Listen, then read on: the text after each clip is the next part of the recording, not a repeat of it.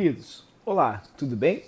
Bom, vamos corrigir o tema de número 7, que é referente, obviamente, à aula 7, que é um tema sobre ligação iônica, que é uma ligação bem importante e que traz pra gente uma série de conceitos trabalhados em aula e que vão ajudar vocês a entender e desenvolver bem esse conhecimento no assunto ligações químicas, né?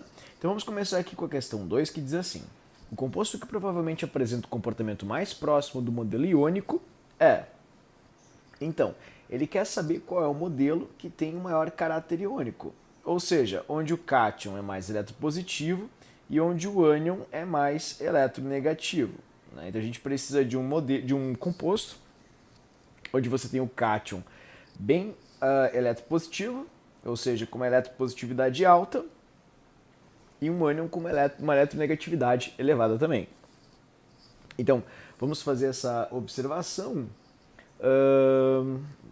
Sulfeto ferroso de ferro 2, ou desculpa, ferro 3.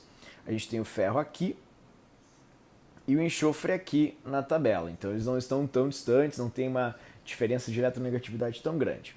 Agora, cloreto de césio é indiscutível, né? Você tem o cloro que está aqui, extrema direita, bem eletronegativo, e tem ali o césio que é extremamente eletropositivo. Então você vai ter dentre estes marcados a maior diferença de eletronegatividade, ou seja, o maior caráter iônico. Portanto, cloreto de césio. Lembrando que o caráter iônico ele é medido pela diferença de eletronegatividade. Então você precisa ter um cátion muito eletropositivo, ou seja, bem para esta região aqui, e um ânion muito eletronegativo, ou seja, bem para esta região aqui. E dentre os citados, o que tem a maior distância e fica mais perto dessas partes, obviamente, é o cloreto de césio. Resposta certa, letra B. A próxima questão é a questão de número 7. Um exemplo de substância química covalente apolar é... Então ele quer primeiro uma covalente. Então você já risca aqui a que é iônica, porque é sódio com bromo, iônica, metal com ametal. Prata metálica, que é iônica, e já fica entre três possíveis alternativas. Agora, qual delas é a ligação covalente apolar? Ligação covalente apolar é a ligação entre ametais exatamente iguais. Então, metano é o CH4 e o monóxido de carbono é CO. Portanto, como são ametais diferentes, não é uma ligação covalente apolar. A covalente apolar é a ligação covalente que ocorre entre átomos iguais. Então, resposta certa só pode ser o cloro, porque cloro é Cl2 e cloro, obviamente, tem a mesma eletronegatividade. Então, você não vai ter diferença de eletronegatividade, logo vai ser uma ligação covalente apolar. Ok? Próxima questão, questão 11. Um exemplo de substância que possui apenas ligações covalentes, que é aquele tipo de ligação entre não metais, ok? Cloreto de sódio, sódio metal, cloro metal, isso vai dar ligação iônica. Então você já arrisca a primeira. Zinco, só metal, metálica. Já arrisca a segunda. Prata, amálgama de prata, que é uma mistura de prata com alguma coisa, né? Também é só metal, já arriscamos a letra C. Sulfato de sódio. Sulfato lembra enxofre, né? Sulfur, sódio, sódio, metal com não metal, iônica. Então, a única que é somente feita por não metais é o tetracloreto de carbono, porque cloro e carbono são não metais. Logo, resposta certa, letra D. Questão 13. Ao reagir substância pura A com a substância pura B, observa-se que o produto C tem as seguintes características. Solúvel em água, conduz corrente elétrica quando aquoso ou fundido. Já acabou a questão. Condução de corrente elétrica quando aquoso ou fundido só pode ser ligação iônica, característica clássica dos iônicos. E cristal nas condições ambientes também é característica dos iônicos. Tudo bem? Bem importante, visto em aula isso na parte de características, certo? Peço que vocês cuidem bastante isso. Vejamos a próxima, 16. Cloreto de cálcio é um composto iônico que apresenta a fórmula CaCl2. Como nós fizemos em aula, muito parecido, fizemos o iodeto de cálcio, né? Então você vai ter cálcio, que é o metal, cloro, que é o não metal. Então sempre o metal é positivo, sempre o não metal é negativo. Você vai aplicar a regrinha da tesoura, ó. Passa o 2 para cá, passa o 1 para lá. E você vai saber exatamente a quantidade de elétrons que cada um deles terá. Como o cálcio perdeu 2 elétrons e ele tinha 20, pois seu número atômico era 20, ele fica com 18. Como cada cloro ganhou um elétron e o número atômico do cloro era 17, ele fica com 18 também. Logo, a gente vai ter 18 e 18, resposta da questão, letra D. Questão 17. Um elemento X que apresenta distribuição eletrônica K2, L8, 8 e 2, vai dar 2 mais 8, 10, mais 18 vai dar 18, mais 2 dá 20. Então você vai ter aqui um total de 20 elétrons, e 20 elétrons corresponde ao cálcio, que é o elemento de número atômico 20. Tudo bem? Forma com um halogênio um composto XY. Não, por exemplo, vou pegar um halogênio aqui. Como o cálcio está na coluna 2, ele vai ter carga mais 2. Ele vai doar 2 elétrons para ficar um gás nobre. Se ele ligar com o halogênio como cloro ali em cima, ele vai formar, ó, pela regrinha da tesoura, CaCl2. Então ele não forma uma substância de 1 para 1. Forma com calcogênio um composto iônico X...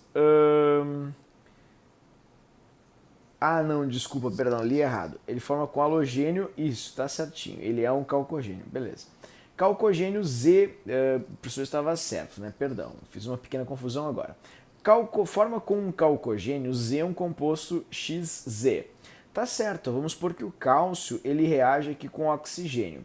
O cálcio é 2, o oxigênio é 2, então a gente vai ter uma proporção de Ca2O2, o mínimo, né, a proporção mínima entre eles vai ser CaO. Porque se é 2 para 2, se 2 cálcios estão para 2 oxigênios, você pode fazer aqui uma simplificação da fórmula e você vai ter um cálcio para um oxigênio.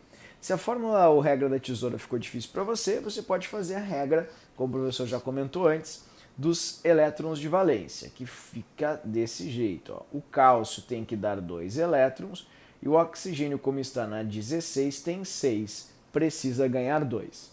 Então o cálcio vai dar 2 elétrons e um cálcio satisfaz um oxigênio. Então a proporção vai ser 1 Ca para 1 O. Tudo bem? Dessa maneira. Então você vai ter aqui a resposta certa, letra B.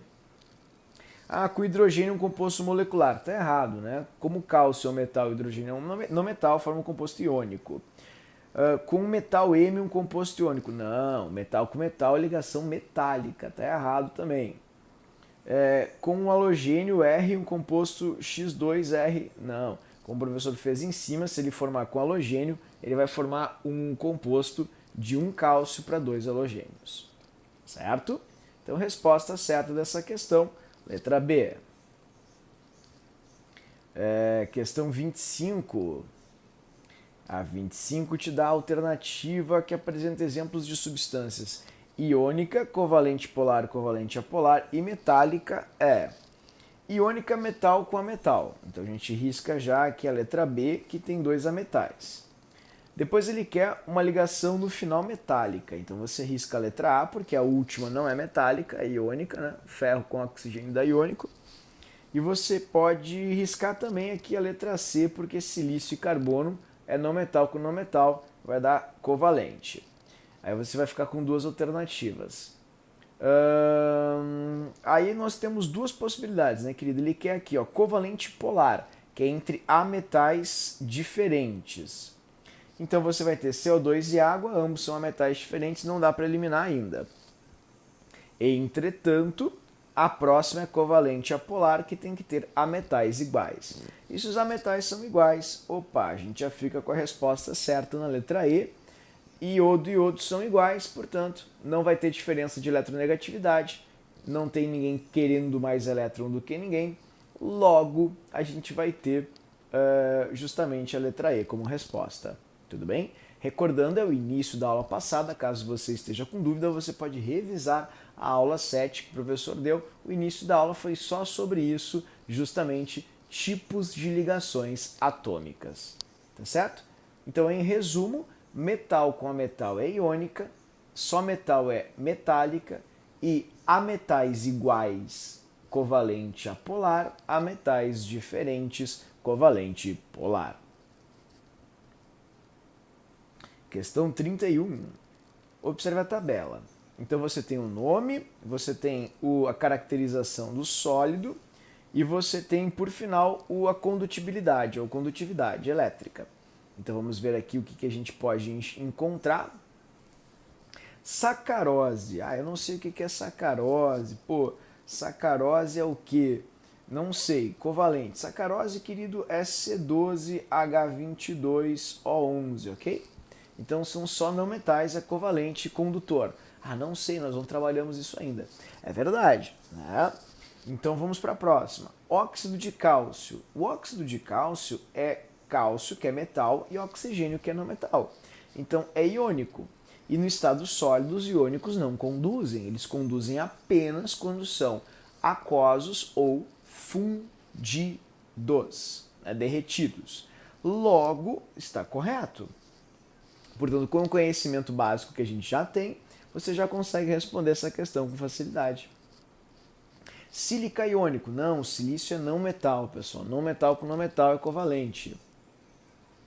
Sódio metálico molecular. Não, sódio metálico é metal. Isso é metal, tem que ser metálica. Parafina molecular condutor. Velas não conduzem corrente elétrica, queridos. Então, tá errado, né? Resposta certa, letra B. Questão de número 33. O elemento mais eletronegativo do terceiro período na classificação une-se ao hidrogênio e ao sódio através de ligações. No terceiro período, o elemento mais eletronegativo é o cloro, porque a eletronegatividade cresce para a direita nas linhas e para cima nas colunas, certo? Então, o elemento mais eletronegativo do terceiro período é o cloro. Se você ligar o cloro com sódio, tem que formar ligação iônica, né? Porque é metal com não metal. E metal e não metal é justamente ligação iônica. Então, e a primeira é hidrogênio com cloro. Como é não metal com não metal, ligação covalente. Então, respectivamente, covalente e iônica. Resposta certa, letra B. Questão 35. Uma ligação iônica quando o hidrogênio encontra-se ligado a um íon. Se é uma ligação iônica, hidrogênio, que é não metal, tem que estar ligado a metal. Então, o único metal que você tem aqui é o sódio. Questão muito fácil. Ligação iônica é metal com não metal. Resposta certa, letra C. 39. Considerando o elemento A com número atômico 11 e o elemento B com número atômico 8, o composto mais provável formado pelos elementos A e B, vamos lá, 11 é o sódio, né, queridos? E 8 é o oxigênio. Então, sódio com oxigênio, o sódio é mais 1, o oxigênio é menos 2. Você faz uma regrinha da tesoura, bem fácil, vai ter Na2O. É uma ligação iônica. Será sólido constituído por moléculas? Não, é iônico. Será um sólido? Não, compostos iônicos têm altos pontos de fusão. Será bom condutor quando fundido? Perfeito. Eles conduzem eletricidade quando aquosos ou fundidos. Está correto. Reage com água formando ácido? Não, metais formam bases. Reage com base formando sal? Não, ele é básico porque ele é metálico. Então, compostos formados por metais, né, óxidos de metais, são básicos. Mas e como é que eu vou saber disso? Trabalharemos isso no próximo livro, na unidade de inorgânica. Entretanto, você já poderia responder a questão com facilidade, porque todos os compostos iônicos são condutores quando aquosos ou fundidos. Tudo bem? Vocês viram que é uma informação que se repete muito. No World Trade Center em Nova York, quando houve o acidente, a poeira se espalhou e continha amianto, que é uma liga natural, conhecida como asbesto. Nessa liga tem silicatos hidratados de cálcio e magnésio. Silicato tem silício e oxigênio, porque tudo que termina com ato tem silício, tem oxigênio, né? E se é de cálcio e magnésio, seria uma coisa desse jeito, onde você tem aqui uma ligação iônica e aqui uma ligação, covalente aqui, né? Covalente, e entre esses dois, iônica. Então você teria aqui uma mistura de ligações covalentes e iônicas. Seria justamente isso. Ah, mas como é que eu ia saber? Bom, a inorgânica vai nos dar uma base conceitual maior para poder responder isso com facilidade. Então você vai poder conseguir perceber com alguns detalhes assim da química inorgânica justamente isso. Entretanto, queridos, como ele fala em hidratados, né? Tá falando de água também. E a água tem ligação entre não metais. Portanto, tem que ser covalente. E se tem cálcio e magnésio junto com não metais, tem que ser uma ligação iônica também. Tá? Então você teria as duas. É uma questão um pouco mais complicada, mas também não é impossível com a leitura você chega lá. Questão 51. Para responder a questão, analise as fórmulas abaixo. Correto afirmar que a ligação química entre os átomos é exclusivamente do tipo covalente polar, que é aquela entre ametais diferentes.